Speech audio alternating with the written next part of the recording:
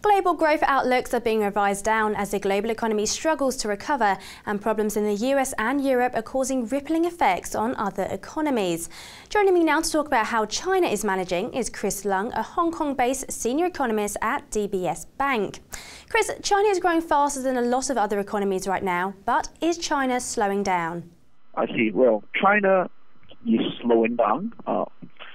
That is an intended policy outcome, in my opinion, because China has been dealing with inflation in the past almost 18 months. And as a result of tightening of monetary policy in China, obviously economic growth will decelerate. And I think this is something that the market has already expected. So I don't think this is too much of a concern unless China's economic growth will fall sharply, which I don't think this will be the case in the near term. What kind of growth figures are you forecasting over the next few years? For this year, I still have fairly high number at 9.5%. For next year, 2012, I believe the number will be around 8.5% to 9%. And then in 2013, 2014, I have 8% and 7% respectively. So I do expect the Chinese economy to slow gradually towards the 7% level by 2014. What are some of China's main problems that are holding them back from performing even better? Well, I think China's economic growth was already very, very strong in the past 10 years.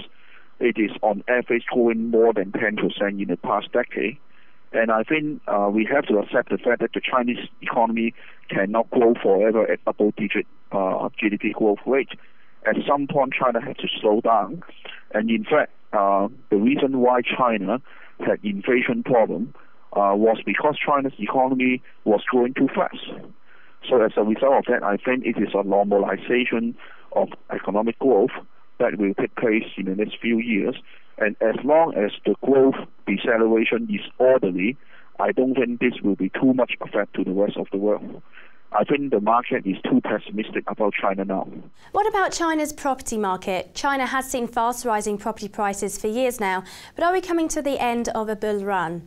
Well, I think there are lots of concern on China's property market, which I understand because I mean, the subprime crisis in the U.S. was originated from the property market as well. So everyone worry about the collapse of the Chinese property market. But let me tell you some facts. I mean, there are over 50,000 property developers in China. Okay, some of them extremely small, and many of them are poorly managed. And I think the property market needs a major consolidation. And I think one of the tightening objectives of China in the past 18 months was to chop off credit to these poorly managed property companies. Thank you very much for that, Chris. So there we have it, an update on the Chinese economy and DBS's steady growth forecast for China through to 2014.